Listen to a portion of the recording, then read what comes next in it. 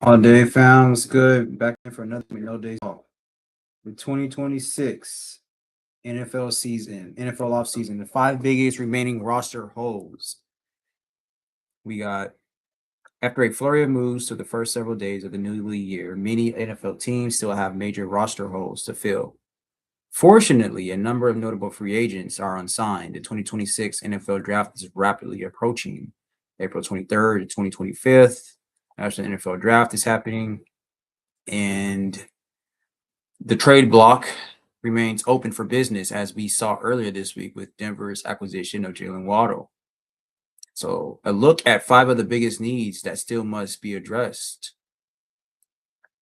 Let's see, with solutions for each. New England Patriots, biggest roster hole, sack specialists. They are missing a pass rusher. Trade for Max Crosby, which is going to be the solution, or draft at number 31 overall and sign rotational veteran.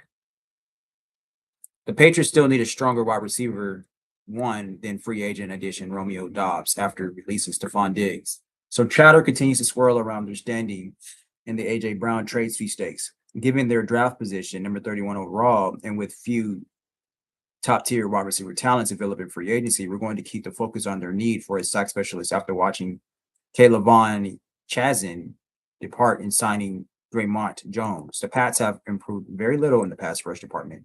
The red-hot option, if Brown talks grows stale, New England could shift that trade capital to acquire Max Crosby from the Raiders. Mike Vrabel's defense would be an absolute terror with the five-time Pro Bowler on the edge.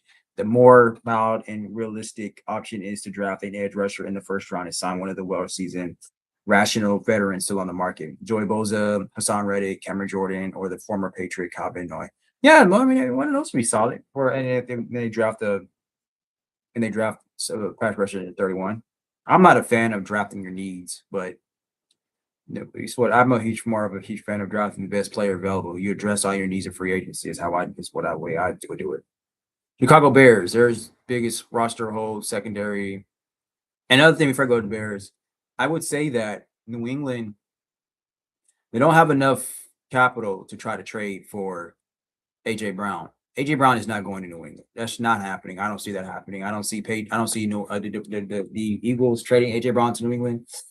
New England is picking too late in the first round for that to be an attractive for the Eagles. Now, if the New England wants to give them 2027, 2028 first round picks, I think the Eagles will probably listen, but not in this draft, not in this underwhelming draft, and especially when you're picking late.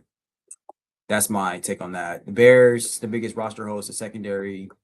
So it says solution, draft that number 25 overall and trade for a veteran. I don't really know if I like that solution. After 11-6 season with new head coach Ben Johnson at the helm, the Bears already suspect secondary was gutted by free agency. They lost Pro Bowl corner Nahshon Wright to the open market, as well as four safeties, including full-time starters Kevin Bard, Jaquan Brisker to balance the scales. They've so far signed Kobe Bryant and Cam Lewis. It's not enough. It's probably going to take several more moves that Chicago needs to just patch the holes, but improve its defense to compete for the division again in 2026. Many mocks have the Bears addressing the defensive line with their first round pick, number 25 overall. For drafting Toledo safety Emmanuel McNeil Warren, there will be a strong addition to the secondary rebuild. An aggressive trade for a starting defensive back also wouldn't hurt. I'd make calls for guys like Denzel Ward, Marlon Humphrey, Riley Moss, and Buda Baker. Then you got Tennessee Titans, biggest roster hole, wide receiver one, solution, swing a big trade or trade down for number 4 overall. There's a battle-tested formula when it comes to fostering growth at the game's most important position. Team drafts a highly touted quarterback who struggles through the first year or two. Team then acquires a bona fide number 1 wide receiver, and the young quarterback breaks out. It happens with Josh Allen after the Bills traded for Stephon Diggs and with Jalen Hurts. When the Eagles acquired A.J. Brown, the Titans should try that approach with second-year passer Cam Ward. They picked up Wan'Dale Robinson in free agency and restructured Calvin Ridley's contract, but neither player is a true wide receiver one, and there isn't one available to sign. Juwan Jennings is the top remaining name, so the Titans need to get creative.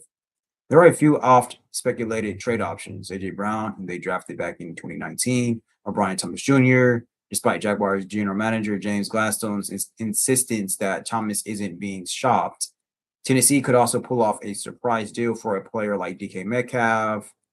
I don't see him going anywhere. Chris Olave or Garrett Wilson. I don't see Garrett Wilson going anywhere. Maybe Chris Olave. Another way to address this need is in the draft, trading down from fourth overall to snag Ohio State's Cardinal Tates, USC's Makai Lemon, or Arizona State's Jordan Tyson. I hear Jordan Tyson is a monster. While scoring extra capital, if Tennessee can't work out a trade, it could focus on scoring an X receiver with this second round selection, number 35, Indiana's Amari Cooper Jr. and Washington's Denzel Boston come to mind.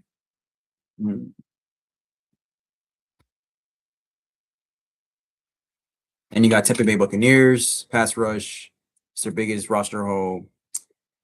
I mean, I'm telling you, it's hard to find a real great pass rusher these days. Those are very valuable players. And it's almost to the point where you need a pass rusher to go deep into the playoffs and win a Super Bowl almost. The Buccaneers pass rush struggled to steal the deal last season, ranking 23rd in the sack rate, 5.8%, despite finishing third in quarterback pressure rate, 39.1%.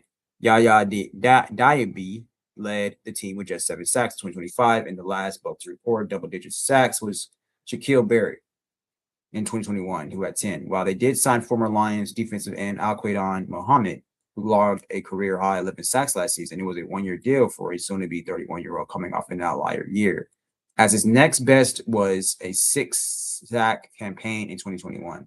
Tampa Bay needs more electricity off the edges. That's likely to be the team's primary focus in the draft. Nearly every mock in existence has the Bucs going that way at number 15 overall, with frequent appearances by Auburn's Keldrick Falk, Texas A&M's Cassius Howe, and Miami's Akeem Meisdor. Jacksonville Jaguars, biggest roster hole, back 7 solution, sign available free agents and draft on day 2. After finishing as a bottom 5 unit in 2024, Jacksonville's defense improved immensely last season to help secure the most wins, 13 in a year, by the franchise since 1999.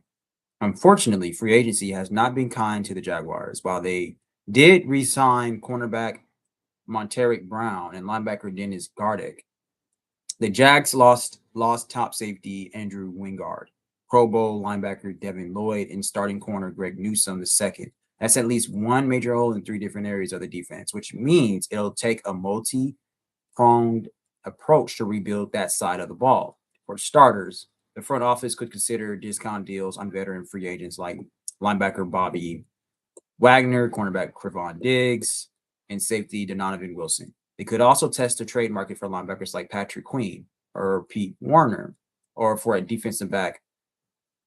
Finally, the Jaguars don't have a first-round pick in this draft. They do have 4 day 2 selections. So at least 2 or 3 of those should go toward filling the holes on the second and third levels of the defense. Then you got Texas Tech linebacker Jacob Rodriguez, Arizona State cornerback Keith Abney II, and Penn State safety Zachy Wheatley. They could all be available after round 1. So that's what we got right now. That's all I got. That's all I want to talk about right now, because I have other things I got to do. But I wanted to jump on here because there's no days off on this channel. So I want to be consistent with that. So if you all want more, you'll get more. And we'll go deeper sometimes. But for right now, that's all day for you. Like, comment, share, subscribe. We'll be back tomorrow. Deuces.